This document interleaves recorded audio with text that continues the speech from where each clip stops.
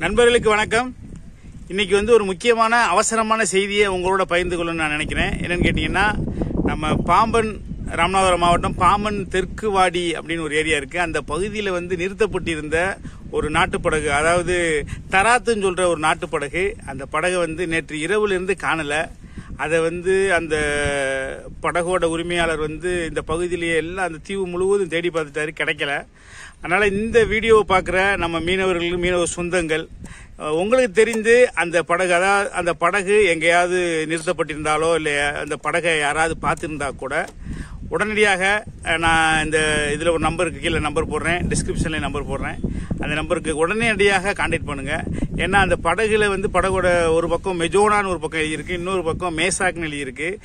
அந்த படகு தராத்துன்னு சொல்ற அந்த அவுட் மோட்டர் அந்த செட்டப்பில் உள்ள ஒரு படகு.